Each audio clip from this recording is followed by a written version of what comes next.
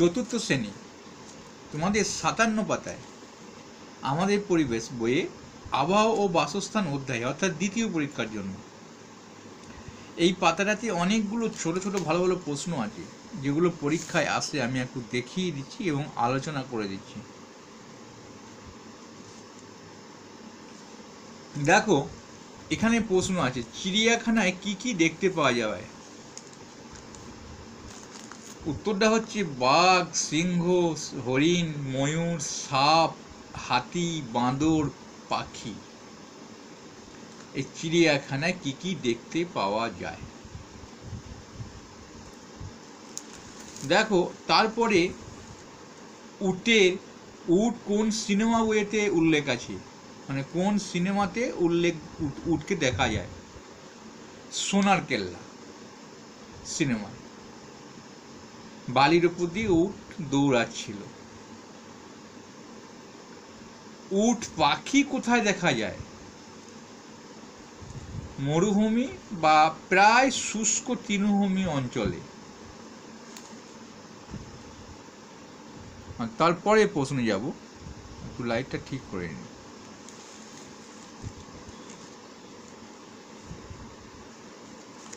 তারপর খাঁচায় মানে চিড়িয়াখানায় খাঁচায় কাদের দেখা যায়?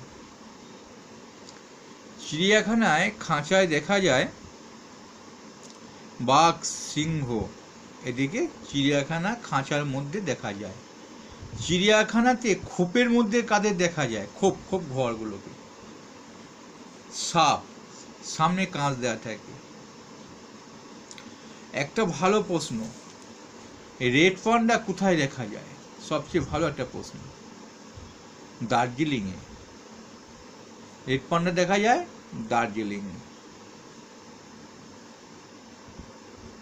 পুকুরে জন্মায় এমন একটি শাকের নাম লেখো। কলমি শাক।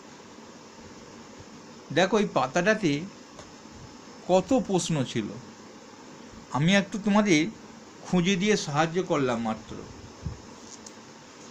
তোমরা একটুখানি শুনে নেবে, তারপরে আবার বইয়ে মিলিয়ে পড়ে নেবে। এই পাতাটা একবার বলে দিই।